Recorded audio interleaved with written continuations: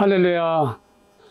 예, 오늘 하나님의 말씀은 창세기 12장 2절 3절, 창세기 12장 2절 3절, 그리고 이사야 60장 1절에서 5절까지, 이사야 60장, 창세기 12장 두 군데 보겠습니다. 예, 이 화면을 보면서 이제 한 목소리로 같이 봉독하겠습니다. 내가 너로 큰 민족을 이루고 네게 복을 주어 네 이름을 창대케 하리니 너는 복의 근원이 될지라. 너를 축복하는 자에게는 내가 복을 내리고 너를 저주하는 자에게는 내가 저주하리니 땅의 모든 족속이 너를 인하여 복을 얻을 것이니라 하신지라. 예, 이사야 60장 1절에서 5절까지입니다.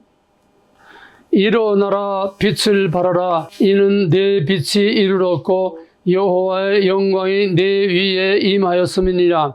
보라, 어두움이 땅을 덮을 것이며 캄캄함이 만민을 가리우려니와 오직 여호와께서 내 위에 임하실 것이며 그 영광이 내 위에 나타나리니 열방은 내 빛으로 열왕은 비치는 내 광명으로 나오리라.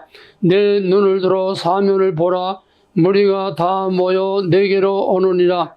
내 아들들은 원방에서 오겠고 내 딸들은 안기워 올 것이라. 그때에 내가 보고 희색을 바라며 내 마음이 놀라고 또 화창하리니 이는 바다의 풍부가 내게로 돌아오며 열방의 재물이 내게로 옴이라. 아멘. 성경은 해석의 원리가 있습니다. 그 중에 하나는 다중적 해석입니다. 성경을 그냥 그대로 문자대로만 그냥 그저 문자풀이, 그거는 성경을 바로 해석하는 게 아닙니다. 성경 해석의 가장 중요한 것 중에 하나는 다중적 해석입니다. 그 말씀을 주실 때에 그때 상황, 그때 역사, 그때 현장에서 역사적 사실 자체입니다. 가령 이사야가 바벨론 포로에서 돌아올 것을 예언했다면은 그건 예언이고, 그건 해석은 실제로 돌아온 것이 예언의 성취가 1차적인 해석, 역사적 사실 자체입니다. 그 본문의 배경, 본문의 역사적 사실 자체가 1차적 해석입니다. 이거는 물리적인, 형태적인 해석입니다. 1차적 해석은 주로 구약에서 예언된 것들인데, 이건 물리적이고 정치적이고 사회적이고 역사적인 현실입니다. 현실로 이루어진 것이 1차적 해석입니다. 2차적 해석은 그것이 무엇을 나타내기 위한 거냐? 성경은 한 번으로 끝나는 게 없어요. 어떤 예언이 있고 또 예언이 성취됐으면은 그 성취된 예언이 또 앞으로 무엇을 내다보게 하는 것이냐? Already but not yet. 성취됐으면 그 다음 거를 또 내다보게 하는 이런 다중적으로 되는데, 1차적 해석은 역사적 사실 자체입니다. 사건 자체입니다. 2차적 해석은 그것이 또 무엇을 미리 말하고 있느냐, 무엇에 대한 그림자냐. 그래서 2차적 해석은 예수 그리스도로 말미암아 성취된 영적인 성취입니다. 모든 영적입니다. 예수 그리스도 메시아 왕, 그 진짜 왕 아니에요. 영적인 통치, 영적인 왕입니다. 예수 그리스도의 성전, 그 진짜 성전 아니에요. 사람이 지은 성전, 짐승의 제사, 레위 자손의 제사장, 이거 다 형태는 지나가고 이제는 본질인 영적인 실체가 나타난 것이 바로 예수 그리스도를 통해서 성취된 2차적 해석입니다. 그러니까 1차적 해석은 주로 구약, 2차적 해석은 주로 신약에서 성취되는 겁니다. 그러나 그것은 다 이루어졌지만은, 구약의 예언은 신약에서 성취됐지만은 그것이 다 끝난 것이 아니고 already, 이미 이루어졌지만은 but not yet, 이게 다가 아니다. 이거는 또 앞으로 나타날 것을 또 보여주는 그림자다. 그래서 그 예언이 성취되가는 과정 중에 하나가 영적 성취이지, 예수 그리스도 오심으로 우리를 십자가에서 구원하고 부활하고 급하고 끝나는 게 아닙니다. 내가 다시 오겠다고 하는 3차적인 마지막 종말론적인 성취, 그리스도의 재림을 통해서 영원한 하나님의 백성과 영원한 사탄의 백성들을 천국과 지옥으로 영원히 가려는 마지막 종말론적인 성취가 이게 완전한 성취입니다. 그러나 그것으로 끝나게 되면은 우리는 그냥 그저 구경만 하고 마는 거예요. 그래서 옛날에 그랬구나. 그 다음에 예수 이스라엘에 와서 그래서 그래서 또 앞으로 올 거야. 그래서 그냥 그림의 떡처럼 성경을 그냥 그림의 떡처럼 보는 것으로 끝나지 나와는 상관이 없다는 얘기입니다. 그 예언과 그 말씀들이 각각 그 시대 그 사람들에게 그 나라와 그 역사에 실제로 어떻게 적용되고 어떻게 현실 역사가 그 예언의 성취를 지금 이루어가고 있느냐 하는 현실에서 성경을 보고 성경에서 현실을 봐야 이게 제대로 보이면 이게 4차적 해석, 5차적 해석 여러 가지 현실 역사 속에서 해석이기 때문에 이걸 시대에 따라서 여러 가지로 얼마든지 다중적으로 해석할 수 있습니다. 예를 들어서 일본의 원자탄이 떨어져서 일본이 망하고 우리가 해방되고 하나의 정말로 구원의 사건의 한 모델입니다. 그게 다가 아닙니다. 거기에 적용할 수도 있고 또 이스라엘 백성들이 다시 다 돌아오는 거 여러 가지로 해석할 수 있다면 그러니까 현실 적용이라는 거는 5차, 10차, 몇십 차로 얼마든지 있을 수가 있어요. 얼마든지 현실에 적용하는 거는 얼마든지 많이 있을 수 있습니다. 그럴 때에 1차, 2차, 3차적 해석이 오늘 역사 속에서 어떻게 이루어져 가고 있으며 그 예언들이 오늘 어떤 의미를 갖고 있으며 오늘의 역사 속에서 하나님이 무슨 일을 어떻게 하고 계신가 하는 이런 리얼한 현장 속에서 하나님의 말씀을 봐야 되는 것입니다.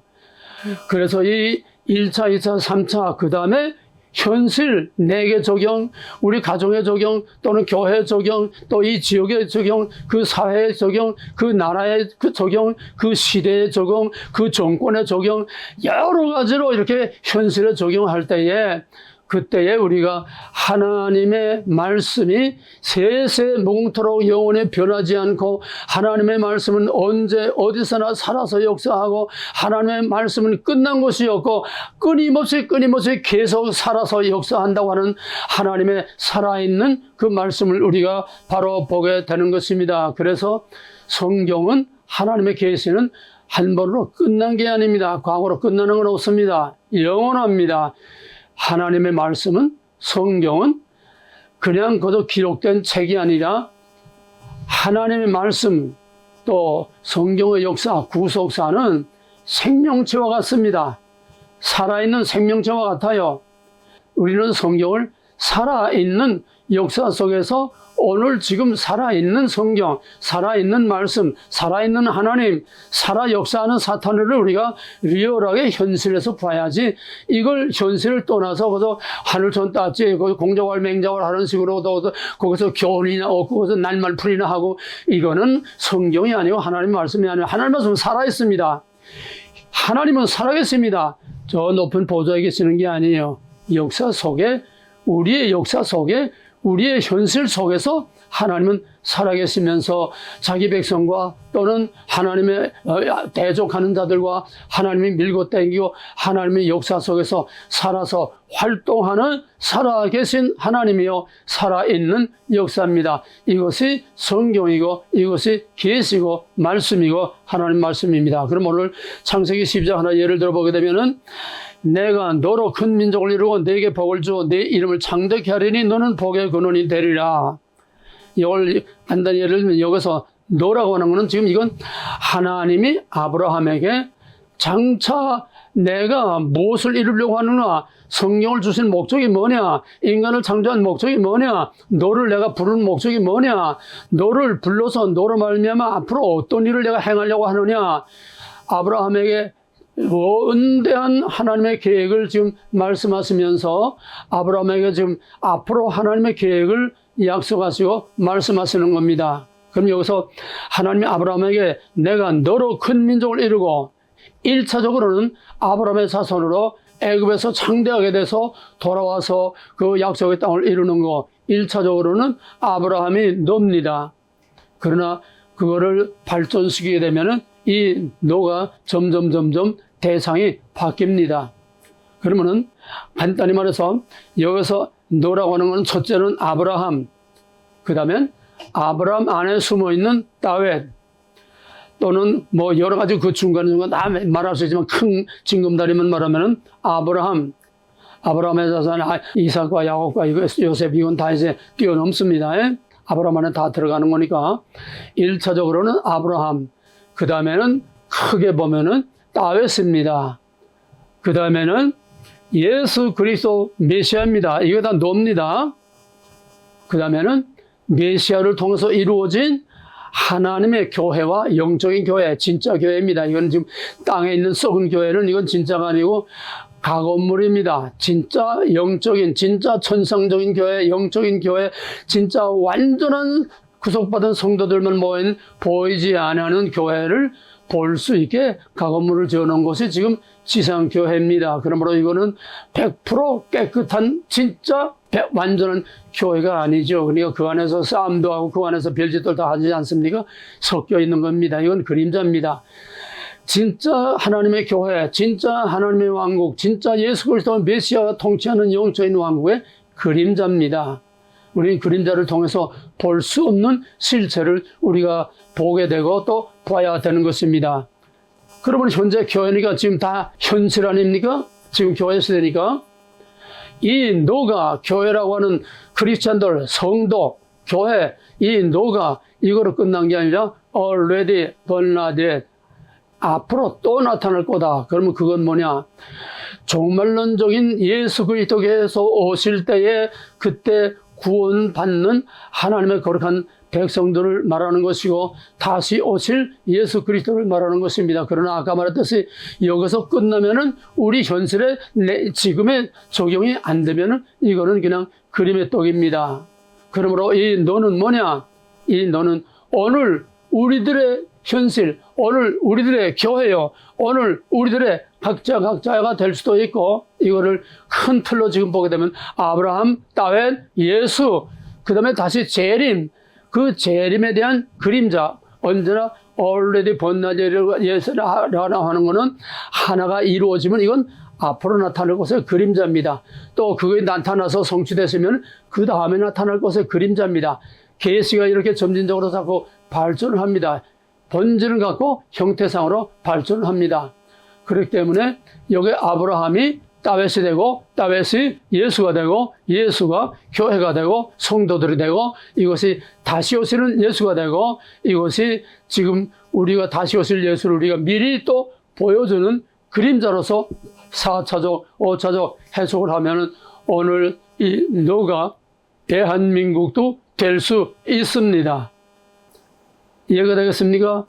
이게 상당히 어려운 건데, 그러면은 여기에 내가 이 창구가 될 수도 있어요. 내가 너로 말미암아 뭐 이거 여러 가지 다 할 수 없으니까 우선 이 너를 4차적 해석, 종말에 나타날 진짜 3차적인 영원한 메시아의 왕국이 이루어질 것을, 그리스도께서 다시 오실 때에 이루어질 것을, 그 그리스도의 영광스러운 그 하나님의 천상적인 하나님의 왕국이 이루어질 것을 미리 보여주는 그림자로서, 시그널, 사인으로서 이제 주님 오실 때에 그때는 이렇게 될 것이라고 하는 것을 미리 보여주는 그림자로서 우리가 여기서 하나의 예표를 본다면 이것을 코리아라고, 대한민국이라고 볼 수 있다 이겁니다. 자, 그러면은 이제 너를, 이제는 예수 교회까지는 다 이제 지나간 거니까 이제 앞으로 나타날 것을 보여주는 너, 앞으로 나타날 것을 보여주는 마지막 그림자로서의 너, 앞으로 나타날 하나님의 위대한 그리스도의 왕국을 보여주는 마지막 그림자로서 대한민국을 하나님이 택하셨다고 하면 이 너가 대한민국이 된다는 얘기입니다.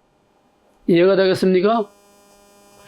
여러분은 항상 그저 낱말풀이밖에 듣지 못하기 때문에 이렇게 큰 스케일의 구속사적인 이런 해석에 상당히 좀 생소할 겁니다. 저 목사도 엉뚱한 소리 한다고 할 거예요. 그거는 할 수 없어요. 무식하면 할 수 없는 거지요, 뭐. 자, 그러면은 오늘 본문을 아브라함으로 끝나면 이건 교훈으로 끝나고 마는 거예요. 이삭으로 끝나면 교훈으로 끝나고 말아요. 이거 과거지사요. 현실입니다. 오늘의 아브라함이 누구냐? 오늘의 아브라함을 통해서, 오늘의 너를 통해서 하나님이 하고자 하시는 일이 뭐냐? 하나님이 대한민국을 통해서 하고자 하시는 마지막 왕국의 그림자가 뭐냐? 우리가 여기다가 적용시킬 때에 여기서 너를 대한민국으로 바꿔서 다시 한번 창세기 12장 2절 3절을 너를 대한민국으로 바꿔서 다시 한번 같이 읽어보겠습니다. 여러분 기분이 어떤가? 정말 계세 살아있는 거에 몸으로 그냥 막 전기 오듯이 막 느껴질 거예요. 12장 2절 내가 대한민국으로 큰 민족을 이루고 대한민국에게 복을 주어 대한민국의 이름을 창대케 하리니 대한민국은 복의 근원이 될지라. 대한민국을 축복하는 자에 내가 복을 내리고 대한민국을 저주하는 자에 내가 저주하리니 땅의 모든 족속이 대한민국을 인하여 복을 얻을 것이니라. 할렐루야. 뭐 더 이상 설명할 게 없어. 오늘 설교 다 한 겁니다. 이거 그러면 얼마나 놀랐습니까? 자, 그럼 이사야 60장 볼까요? 여기서도 너라고 하는 2인称일어나라 빛을 발하라 이는 대한민국의 빛이 이르렀고 여호와의 영광이 대한민국 위에 임하였음이니라. 보라 어둠이 땅을 덮을 것이며 캄캄함이 만민을 가려리와 오직 여호와께서 대한민국 위에 임하실 것이며 그 영광이 대한민국 위에 나타나리니 열방은 대한민국의 빛으로 열왕은 비추는 대한민국의 광명으로 나오리라. 내 눈을 들어 사면을 보라. 무리가 다 대한민국으로 오느니라. 내 아들들은 원방에서 오겠고 내 딸들은 안겨 올 것이라. 그때에 내가 보고 희생을 내라는 대한민국이 보고 희생을 바라며 대한민국 사람들의 마음이 놀라고 화창하리니 이는 바다의 풍부가 대한민국으로 돌아오며 열방의 재물이 대한민국으로 옵니다. 이게 살아있는 하나님의 말씀입니다. 이걸 내가 감히 내 입으로 감히 이걸 다 설명할 수가 없어요. 지금 세계는 거대한 태풍이 전 세계를 다 그냥 뒤흔드는 태풍이 불고 있습니다. 뭐 지난번에 말했듯이 뭐 이 태풍이는 각양각색 뭐 기상, 우주, 천재, 지변 뭐 일본은 지금 지진에 벌벌벌 떨고 있어요. 일본 그 태평양 일본 그 근처 지난번에 전함에 일어났던 거기를 비롯해서 일본 거기는 이 지판이 뭐 세 개의 지판이 서로 그냥 충돌하는데 이 충돌할 때 엄청난 지진이 일어나고 지금 후지산이 폭발한다 뭐 한다 지금 그 여러 가지 말들이 지금 전부 다 더해서 나오고 있는데 이런 예수님이 마태복음 24장에서 말한 것처럼 처처의 기근과 지진과 가뭄과 이 모든 천상적인 우주적인 이러한 기상이변 이것도 다 태풍 중에 하나입니다. 종말의 태풍입니다. 그러나 오늘 말하고자 하는 것은 전 세계 국제 간에 나라 간에 전 세계 역사를 막 그냥 뒤흔들어 버리고 다 쓸어버리는 이러한 정치적인 국제적인 역사적인 조금 더 확실히 말하면 구속적인 대이변을 오늘 간단히 얘기하려고 이건 끝도 한도 없는 얘기입니다만은 간단히 얘기하려고 합니다. 예를 들어서 토네이도 한번 지나가게 되면 그 한 마을이 그냥 쑥 뒤집어져요. 아무것도 없어요. 집이 뭐가 하나도 없어요. 저 플로리다 같은데 태풍이 몰고 나가면 뭐 지붕이 뭐고 다 떠나가고 난리가 나요. 이것이 지금 정치적으로 역사적으로 전 세계를 막 휘감고 돌아가는 엄청난 태풍이 지금 불고 있습니다. 근데 이 태풍에는 태풍의 눈이 있어요. 그 태풍의 눈이 이게 핵심입니다. 태풍의 눈은 조용합니다. 엄청난 파괴력을 가지고 있는 그 태풍도 태풍의 눈에는 조용합니다. 조용하지만은 그 태풍은 태풍의 눈을 중심으로 해서 돌아갑니다. 핵심이 태풍의 눈입니다. 이거는 토네이도와 같이 빙글빙글 돌아가는 것은 이건 하나의 블랙홀과 같은 이건 하나의 모든 것을 빨아들이는 휘감고 빨아들이는 블랙홀이 될 수가 있습니다. 이 태풍의 눈과 블랙홀을 연결시켜 보게 되면 전 세계는 지금 어디로 빨려가는지도 모르고 그냥 휘감가 돌아가고 있고 지금 정신을 못 차리고 있습니다. 왜? 눈으로 뵈는 것밖에 못 보기 때문에 그 원리와 본질과 뒤에서 하나님의 움직이시는 이런 큰 우주적인 그림을 보지 못하니까 그래서 우크라이나에서 전쟁한다, 러시아하고 유럽하고 뭐 전쟁한다, 눈에 베이는 것만 가지고는 아무것도 보지 못합니다. 눈뜬 소경이에요. 왜? 하나님은 이 거대한 태풍을 통해서 지금 완전히 직업 변동, 완전히 역사, 완전히 판을 바꿔버리는, 그건 뭡니까? 종말에는 완전히 판이 바뀌는 거예요. 종말에는 하늘과 땅이 온데간데 없고, 이건 태풍이라고 말할 수 없을 정도로 이전 하늘과 이전 땅은 온데간데 없냐, 뭐 엄청난 태풍이 부는 거죠. 종말에는 그걸 말로 표현하겠습니까? 그 그림자로서 미리 지금 종말에 나타날 각양각색의 태풍을 지금 우리들을 통해서 지금 보여주고 있습니다. 바로 그 태풍의 눈을 중심으로 태풍이 코리아를 중심으로 세계 역사가 다 돌아간다는 거예요. 코리아가 블랙홀과 같이 전부 다 일로 돌아가면서 일로 빨려드는, 이 수롱이라는 건 가운데로 비비비비 막 빨려 들어가지 않습니까? 이 한 그림을 통해서 오늘의 역사를 보게 되면은 오늘 한국의 위치가 무엇이며, 오늘 세계 속의 한국의 위치가 무엇이며, 세계 속에서 한국이 어떤 역할을 지금 하고 있으며 어떤 영향력을 미치고 있는지 이 태풍 하나만 가지고도 우리가 충분히 알 수 있습니다. 역사는 살아있는 생명체입니다. 역사 두 가지만 얘기하겠습니다. 오늘 엄청난 공부하는 겁니다. 역사는 두 가지로 말할 수가 있습니다. 하나는 역사는 그냥 지나가고 죽어 있는 과거사가 아니라 역사는 살아있는 생명체입니다. 성경은 살아있는 생명체입니다. 끊임없이 변하고 끊임없이 자라고 성장하고 쇠퇴하고 또 끊임없이 자라고, 내 세대가 죽으면 내 다음 세대가 또 계속 이어나가는 것처럼 본질과 형태와 그 시대는 자꾸 바뀌어도 근본 역사의 원리는 그대로 있으면서 자꾸 계속 발전돼 나갑니다. 형태상으로 발전돼 나갑니다. 어린아이가 태중에서는 배지도 않지요.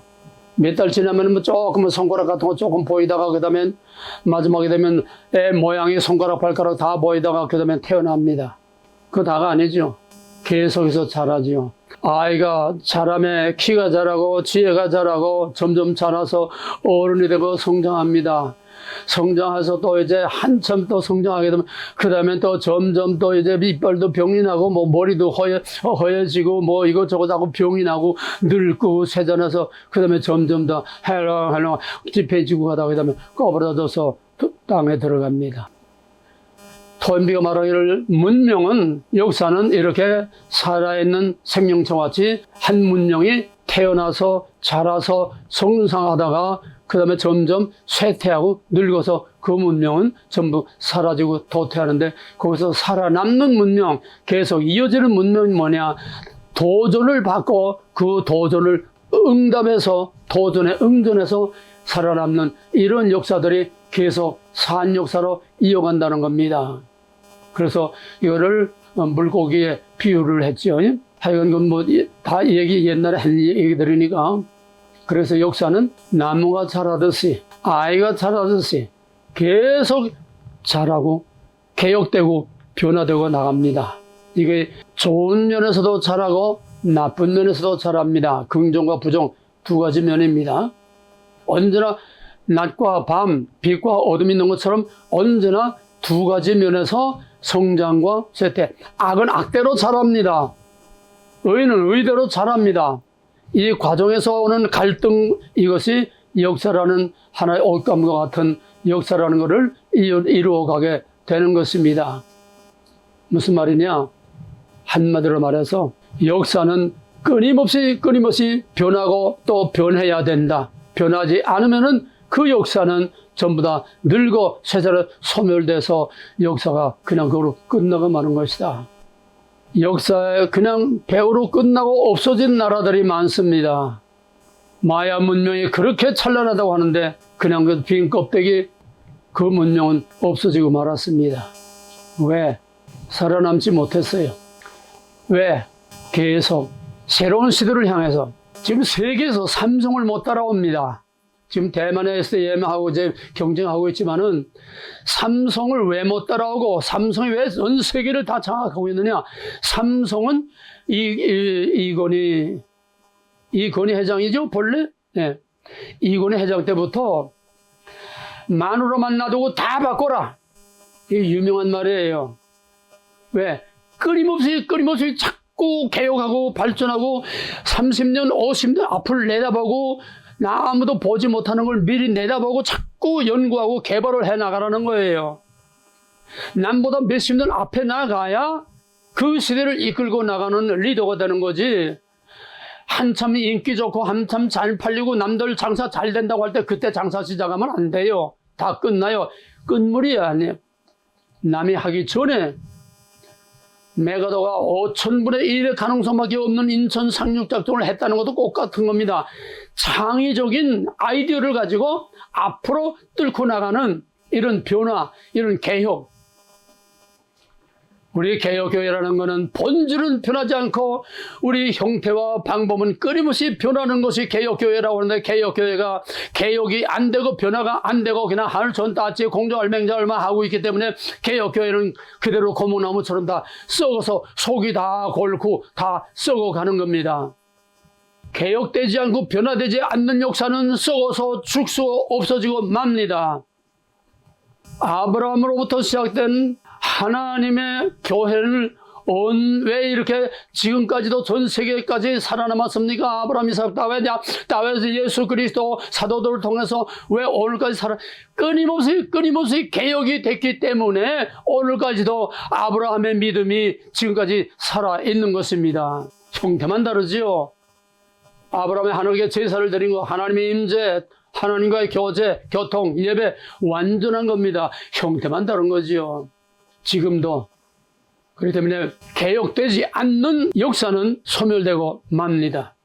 오늘 한국이 또 하나의 그 심볼입니다. 삼성만을 면서 삼성은 하나의 대표예요. 지금 한국은 삼성만이 아니라 옛날의 한국이 아니에요. 50년 전 한국이 아니에요. 요 몇십 년 이후에 요 한국은 정말 엄청난 변화를 가져옵니다. 전 세계가 놀라요. 도대체 한국 놈들의 머리는 도대체 어떻게 생겼대? 미쳤다. 지금 미쳤다는 말들이 자꾸 나와요. 전 세계에서. 왜? 저희들이 상상할 수 없는 건데 그냥 살이 멀다 하고 남들은 20년, 30년 연구해도 못한 걸 우리는 그냥 몇 달 만에 번쩍번쩍 그냥, 그러니까 뭐 전부 다 만들고 창고에 놔뒀다가 하나씩 그냥 탁탁 꺼낸다고 이렇게까지 지금 말들을 하고 있어요.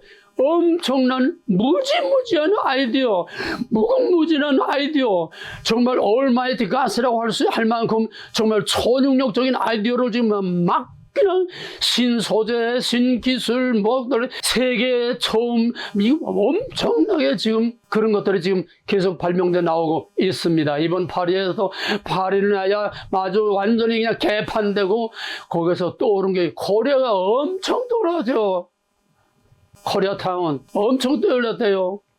매달 총수로는 뭐 미국이나 중국 당하지 못하지만은 지금 올림픽 순위가 5위, 6위 왔다 갔다 하지만은 우리나라로서는 이번에 6위까지 올라간 거는 정말 대단한 겁니다. 7위, 이게 항상 넘을 수 없는 리밋이었는데 이번에 6위까지 올라갔다고 합니다.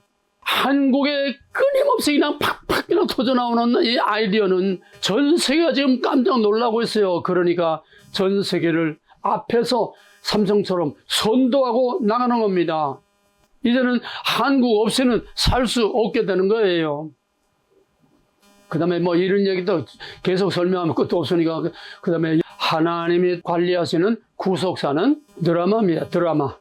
에덴 동산에서부터 셀과 새 땅의 모든 이 세상 상황이 끝날 때까지의 이 땅에서의 계속되는 구속사는 하나의 드라마입니다. 하나님은 드라마 작가입니다. 여기에 연출자들이 많이 나왔습니다. 유다의 왕도 있었고 다윗도 있었고 솔로몬도 다 하나님의 드라마를 만들어가는 연출자들입니다. 그 연출자에 따라서 그냥 망하기도 하고 흥하기도 하고 드라마가 잘 되기도 하고 드라마가 개판이 되기도 하고, 그러면서 그 근본 틀은 계속 이어져 나가는 것이 구속사인데, 드라마를 간단히 말하면은 드라마는 모든 각자의 역할이 틀립니다. 그 역할 가지고 싸울 수가 없어요. 왜 주인이 오페라로 말하면 거기에 프리마돈나가 막 아리아를 부르는데 야 너만 잘나냐? 너만 노래 잘하냐? 나도 잘해. 그 같이 옆에서 노래하고 제못 들어나면 그 오페라가 뭐가 되겠어요? 드라마는 질서가 있고 순서가 있고 각자 배역과 기능과 역할이 다 다르고 분장이 다 다릅니다. 옛날에 어떤 연구에서 이런 게 있었어요. 딱 1분 나오는 그 배우 역할이 있었습니다. 전 연극에서 국립극장에서 그때 시민극장 시청 명동에 있는 거기서 이제 하는데 어떤 사람이 쪼르르 나와서 편지요 하고 들어가요. 이게 그 사람의 역할을.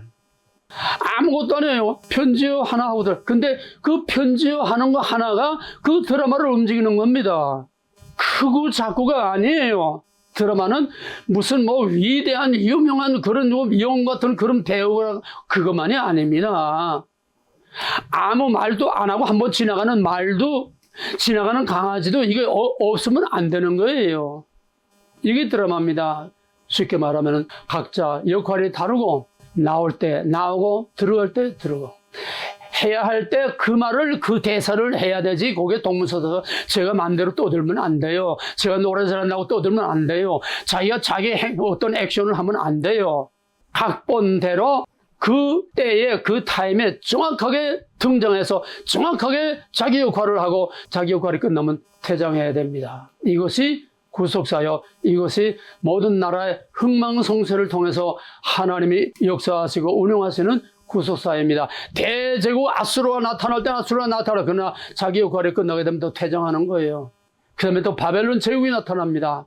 이 하나님의 드라마를 알아야 하나님의 큰 그림의 이 성경 계시라고 하는 것이 뭔지 알고 구속사가 뭔지 구속사적 해석 구속사적 해석하는데 예수 십자가 이거 가지고 구속사적 해석이라고 그래요. 전부 다.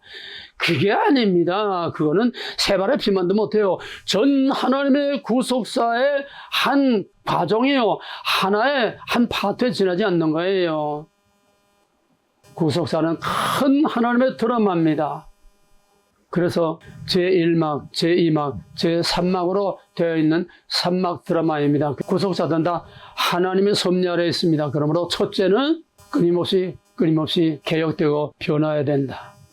두 번째는 각각 그 때에 맞춰서 등장해서 그 역할이 끝나면 퇴장해야 된다. 옛 이스라엘은 시내산에서 태어나서 성전 파괴로 자기 역할이 끝났습니다. 퇴장했습니다. 그 다음 이스라엘은 예수 그리스도를 통해서 보이지 아니하는 영적인 이스라엘이 태어나는 겁니다. 이 영국의 드라마와 같이 구속사를 볼 수 있어야 됩니다. 등장할 때 등장하고 퇴장할 때 퇴장. 그건 뭡니까? 큰 태풍에 거기에 휘말려 지금 돌아가고 있는데 그 태풍의 눈으로 전부 다 빨려 들어오고 있어요. 태풍의 눈, 그 블랙홀로 다 빨려 들어가고 있어요. 전 세계가. 태풍의 눈이 한국이라고 하면 한국을 다 빨려 들어오고 있어요. 이 태풍을 누가 만듭니까? 하나님이 만들지요. 태풍의 눈에 무엇을 두느냐, 어느 나라를 두느냐, 무엇을 두느냐, 하나님이 하시는 거지요. 어떻게 사람이 이렇게 할 수 있습니까?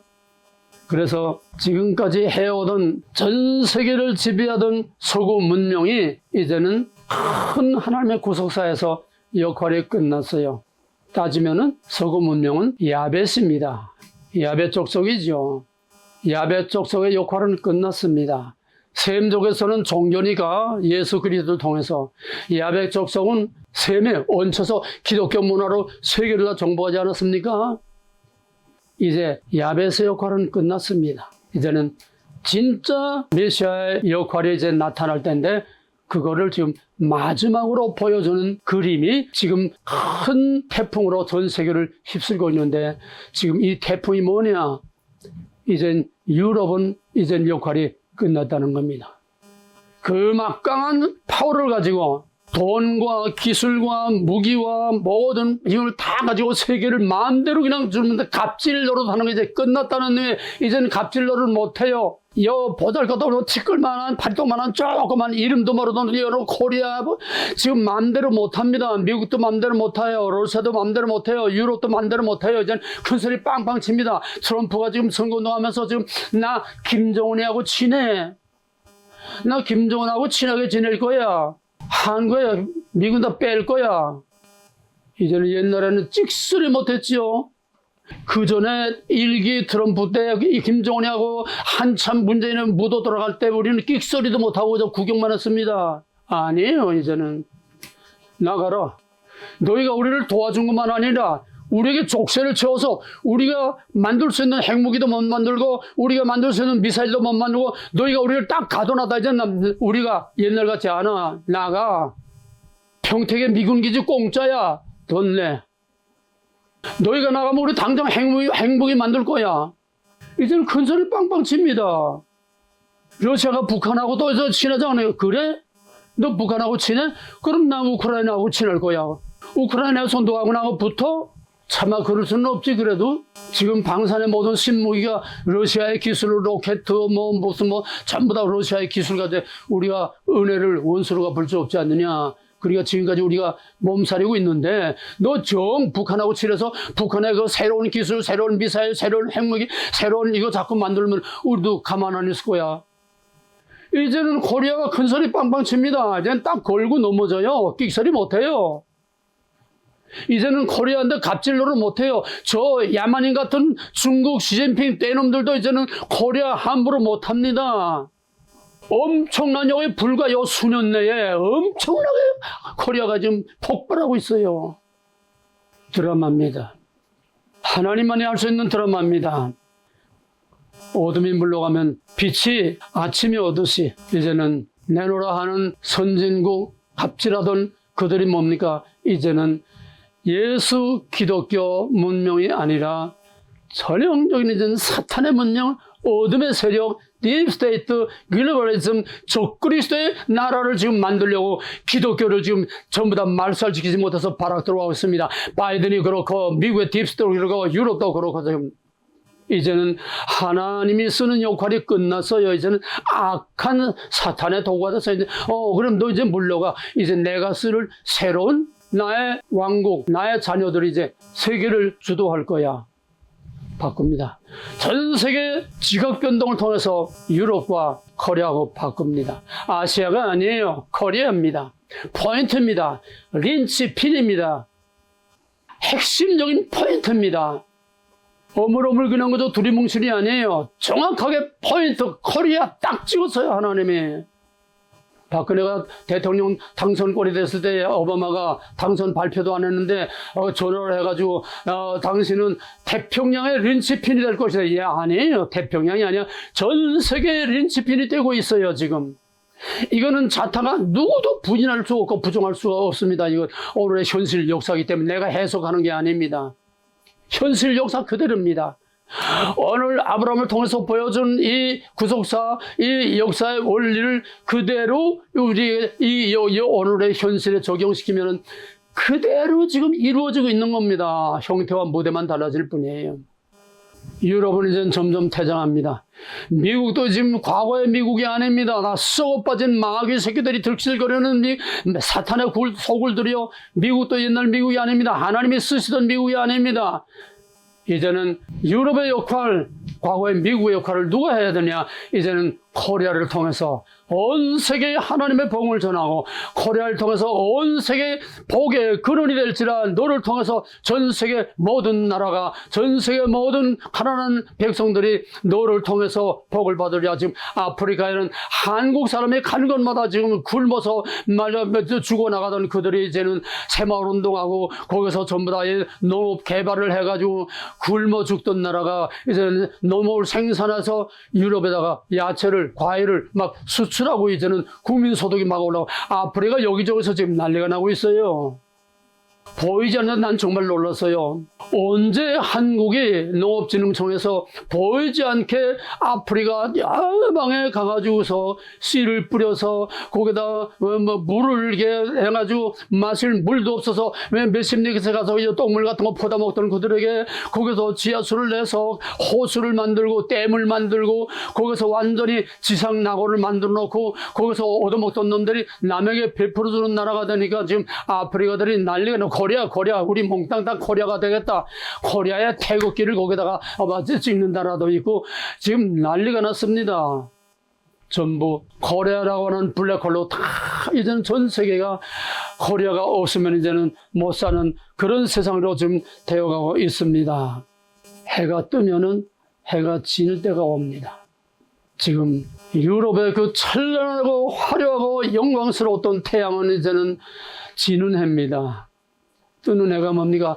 동방의 조그만 나라, 동방의 가장 멸시받고 정말 어느 나라로 한 번도 침략해 본 적이 없고 항상 침략만 당하고 이스라엘처럼 매만 맞고 상처뿐인 영광이요, 아무도 알아주지 못하는 이 정말 말할 수 없이 멸시와 천대만 받던 이 코리아, 하나님이 이스라엘을 가장 작은 민족을 하나님 택해서 하나님의 복음을 온 세계에 전파하는 그런 파종하는 그런 메시아의 도구로 썼지만은 이제는 마지막 추수하는 과정에서 이제는 코리아를 제2의 이스라엘로 들어서서 코리아를 통해서 온 세계에 하나님이 누구인가, 하나님의 복음과 하나님의 구원을 통해서 모든 세계가 코리아로 말미암아, 너로 말미암아, 너를 저주하는 내가 저주하고 너를 축복하는 내가 축복하고 온 땅의 모든 족속이 너로 말미암아 복을 얻으려, 이게 지금 그대로 이루어져 가고 있습니다. 내 해석이 아니에요,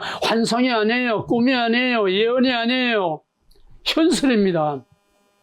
내 말을 아니라고 할 사람이 있으면 오늘의 역사의 눈을 똑바로 뜨고 보세요. 우물안에 개구리 사는 거서 맨날 먹고 자고 싸고만 하지 말고 세상 돌아가는 걸 좀 보세요. 시편 2편에서는 그 아들에게 입맞추라요. 아들도 놉니다. 1차적으로는 예수 그리스도, 1차적으로는 아브라함, 2차적으로는 다윗, 3차적으로는 예수 그리스도, 그 다음에 뛰어넘어서 코리아가 되는 겁니다.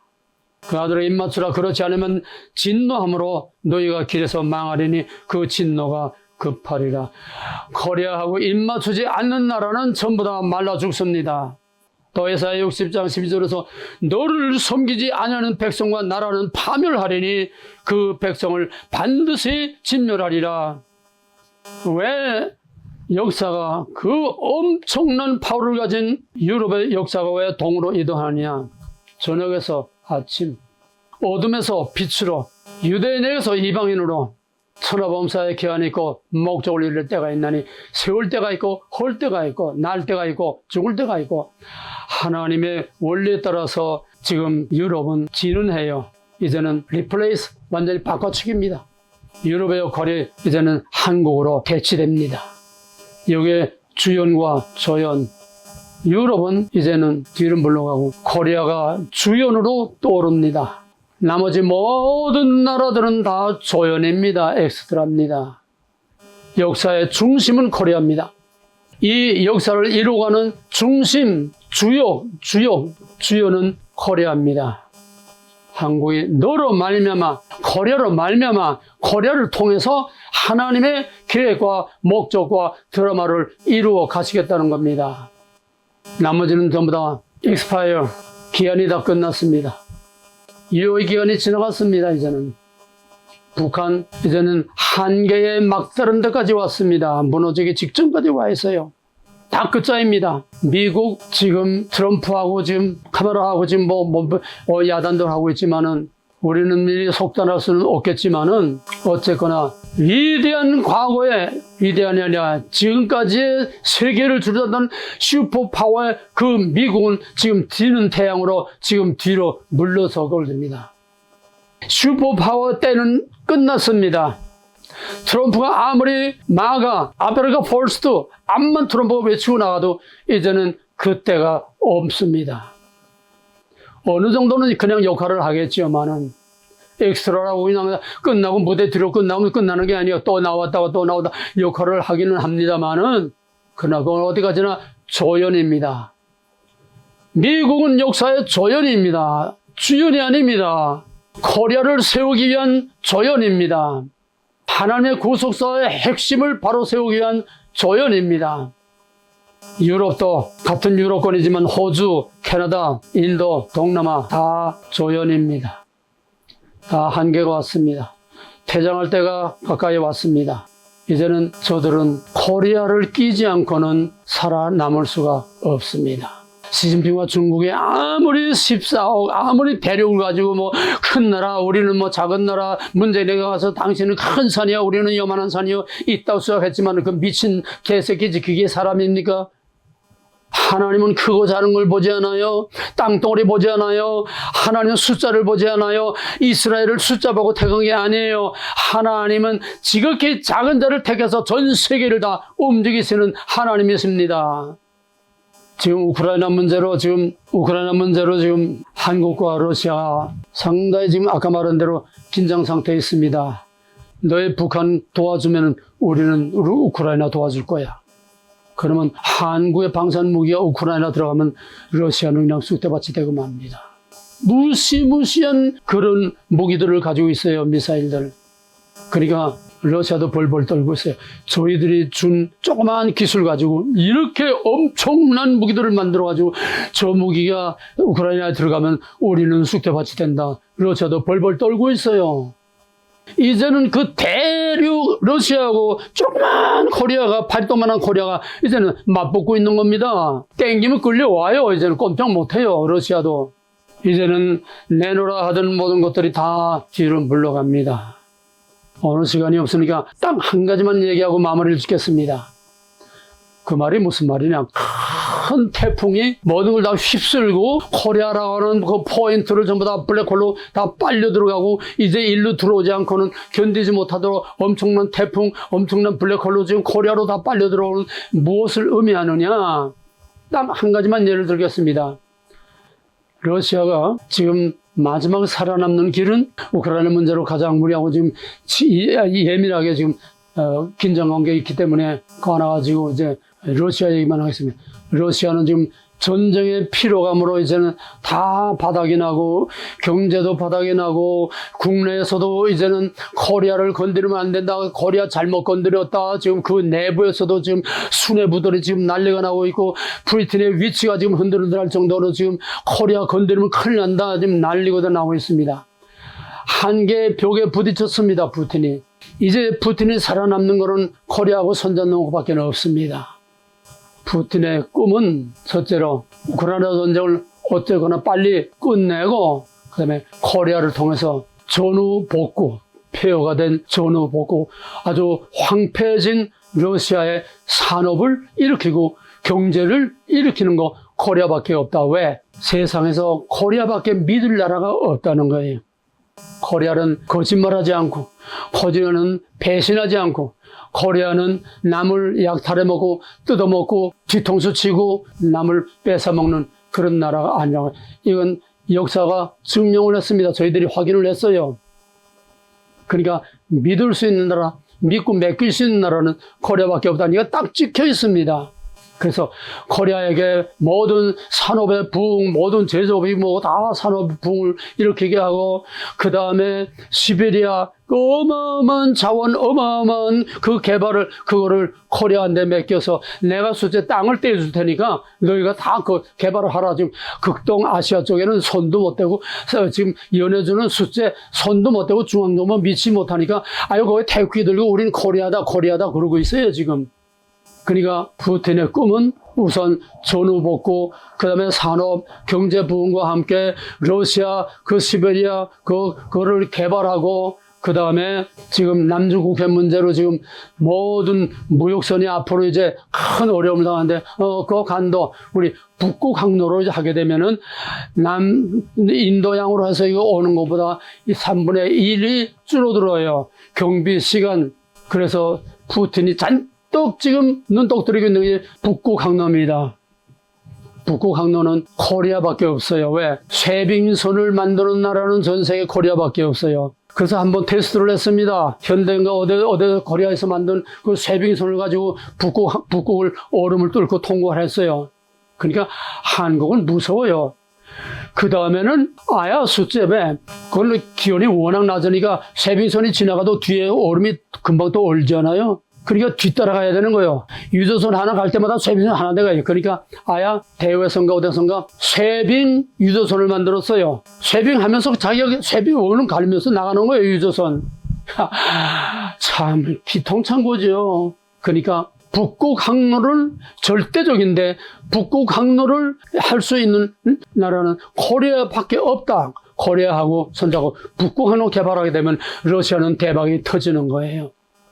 그럼 북극 항로 어디로 갑니까? 북극 항로 알래스카하고 그 벨링 해협으로 와야 되지 않습니까? 그럼 미국하고 러시아가 서로 국경 사이로 모든 무역선이 다 통과하는데 그럼 미국은 가만 앉아 구경만 합니까? 야, 나도 한몫 끼자. 미국하고 러시아는 서로 협력하지 않을 수 없게 벨링 해협을 통해서 북극 항로를 통해서 북극 항로는 뭐 러시아에만 이익이 됩니까? 미국에도 엄청난 이익이죠. 그러니까 미국하고 러시아와 같은 목적이니까 같은 혜택을 받으니까 같이 협력할 수 없는 그런 시대가 눈앞에 오는 겁니다. 그러면 어떻게 합니까? 러시아하고 미국하고 합해서 코리아 빨리 통일을 시켜야 되겠다. 코리아를 일본과 중국은 통일을 반대하고 코리아의 통일을 가장 원하는 것은 러시아하고 미국이 가장 원합니다. 왜? 그래야 세계 판도가 바뀌어요. 그 다음에는 푸틴은 코리아를 통해서 북한을 통해서 저 유럽까지 카자흐스탄, 중앙아시아를 통해서 실크로드 대륙 횡단철도를 만듭니다. 그 다음에는 러시아에서 파이프라인을 부산까지 엽니다. 그러면 동남아와 모든 아시아 나라들이 부산에 와서 지금 이란이나 이라크, 사우디아라비아처럼 부산에 와서 기름을 빨아갑니다. 대륙 횡단철도, 그다음 파이프라인, 북극 항로, 이게 세계를 완전히 뒤엎어 놓는 거죠. 그러면 코리아는 전 세계 물류의 허브가 됩니다. 모든 유통의 센터가 됩니다. 코리아가 발전하고 부흥하지 않을 수가 없어요. 중국도 나도 지금 북극위원회가 있습니다. 북극과 카나다하고 북극을 끼고 있는 나라, 카나다하고 스칸디나비아 무슨 덴마크 이런 북극을 끼고 있는 몇 나라의 위원회가 있는데 거기에 코리아는 북극에 없어도 코리아는 들어가 있습니다. 그러니까 중국이 가만 보니까 이놈이 배가 아프거든. 남태평양 가지고는 남중국 해가지고는 안 되겠거든. 세상이 달려니까 우리도 북극권이다. 그래가지고 중국이 내가 무슨 북극에 끼어들어. 러시아하고 중국은 친한 것 같지만요, 껍데기로만 냉전시대 할 수 없이 그냥 척하지.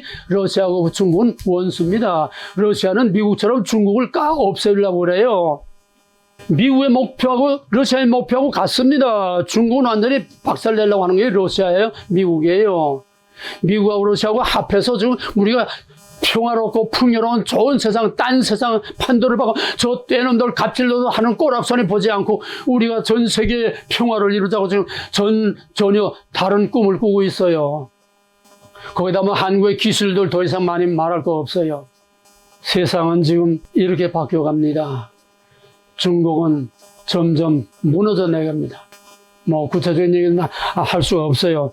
중국은 전부 다 미국과 먼 세계의 지금 경제 제재에다가 기술 후진, 원천 기술을 미국과 러시아, 어린 미국과 한국과 유럽에서 원천 기술을 주지 않으니까 지금 중국은 모든 하이테크, 고급 기술, 무기라든지 이 모든 것들을 다 지금 못 만들고 있어요. 중국이 갑질로 하던 옛날입니다. 이제는 중국은 전부 다 무너져 내리고 있고, 중국이 무너지면은 중국은 위장, 신장, 위구르, 만주, 몽골 전부 다 소수민족들이 분리 독립하고 중국은 와야 되고 분열되고 갈라지게 됩니다. 일본은 뭐 지진으로 망하는 거고, 그렇게 되면은 코리아가 그냥 코리아가 아니라 통일 한국이 북한에서 엄청난 한강의 기적의 10배, 100배 속도와 그런 규모로 엄청난 경제 부흥을 일으켜서 전부 신의주를 중심한 북한이 새로운 전 세계 경제의 센터가 됩니다. 경제, 정치, 문화 모든 것의 센터가 됩니다. 그렇게 되면 그 영향권 안에 만주와 연해주와 러시아 일부와 중국이 다 그 영향권 안에 들어오는 거예요. 그렇게 되면 지금부터 지금 계속 지금 난리치고 야단하고 있는데 몽골 또 카자흐스탄, 우즈베키스탄 또 이 나라들이 전부 다 저희들은 코리아하고 본래 한민족이라고 지금 전부 다 코리아 하나가 되자고 그래요. 그렇게 되면은 여러분 놀라지 마세요. 중국, 만주, 연해주, 몽골, 카자흐스탄, 우즈베키스탄 등등등등 해서 코리아하고 한 블록을 만들고 한 연대를 말하게 되면 United States of Korea, 내가 너로 큰 민족을 이루리라. 이게 가시적으로 이루어질 그림이 눈에 보여요. 지금 코리아 연방이 될 수 있습니다. 실제로 지금 꿈틀꿈틀 하고 있어요. 전부 다 코리아가 되겠다고, 코리아하고 합하겠다고. 이게 있을 수 있는 일입니까? 하나님만이 할 수 있는 일입니다. 이전 세상이 아닙니다. 마지막에 이전 하늘과 이전 땅은 온데간데 없고 새 하늘과 새 땅은 전혀 판도가 다른, 전혀 차원이 다른 새 하늘과 새 땅의 새로운 세계가 열리는 그림자처럼 지금 세계가 뒤엎어가지고 이전의 세상이 아니고, 이전의 세계가 아니고, 이전의 땅땅거리던 유럽이 아니고, 이전의 한국이 아니고 하늘 완전히 뒤엎는 거예요. 이 엄청난 일을 하나님이 마지막 고려를 통해서 지금 역사하고 계시는 겁니다.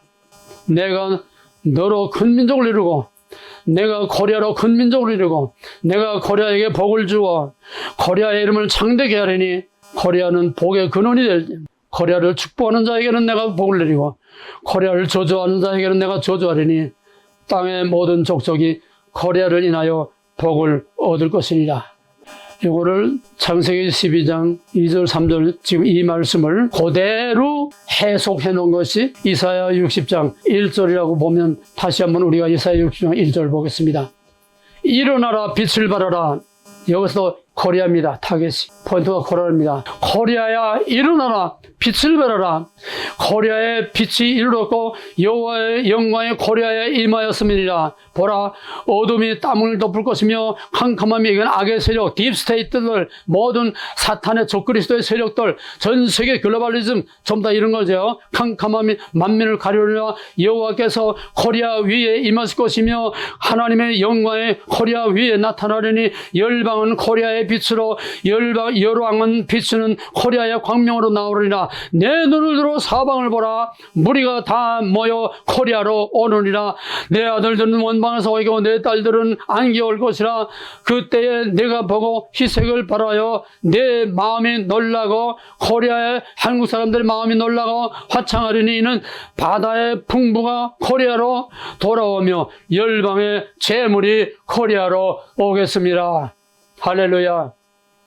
이게 이 창고의 망상이 아니라 하나님의 계획과 하나님의 드라마와 하나님의 구속사의 마지막 새하늘과 새 땅, 우리 주 예수 그리스도 오시는 여호와의 영광이 우리 한국을 통해서 온 세계에 비춰서 코리아가 전 세계의 센터가 되어서 전 세계의 Who God is, 하나님이 누구냐, 누가 이 모든 일을 행하셨느냐, 코리아를 하나님이 이렇게 쓰셨다고 하는 하나님이 누구냐에 대한 성령의 결론적인 대답을 한국을 통해서 마지막 보여주실 것입니다. 할렐루야. 이제는 만왕의 왕이요 전 세계를 다 뒤흔들어 놓고 하나님이 누구나를 우리에게 보여주시는 만왕의 왕 우리 주 예수 그리스도의 원하신 은혜와 하나님 아버지의 이 큰 계획을 이루신 그 크신 은혜와 사랑과 이 엄청난 일을 실제로 사람들의 마음을 통해서, 모든 국가 지도자들을 통해서, 전 세계 지도자들을 통해서, 또 우리가 알 수 없는 이상한 바람을 통해서, 성령의 바람을 통해서 이 큰 지각 변동을 이루는 역사를 이루실 성령의 감화감동 역사하시는 은혜와 능력이 오늘 하나님의 드라마에 출연하는 모든 하나님의 그릇과 도구들 위에, 특히 여호와의 영광이 임하는 우리 대한민국 위에 이제로부터 영원토록 함께 있을지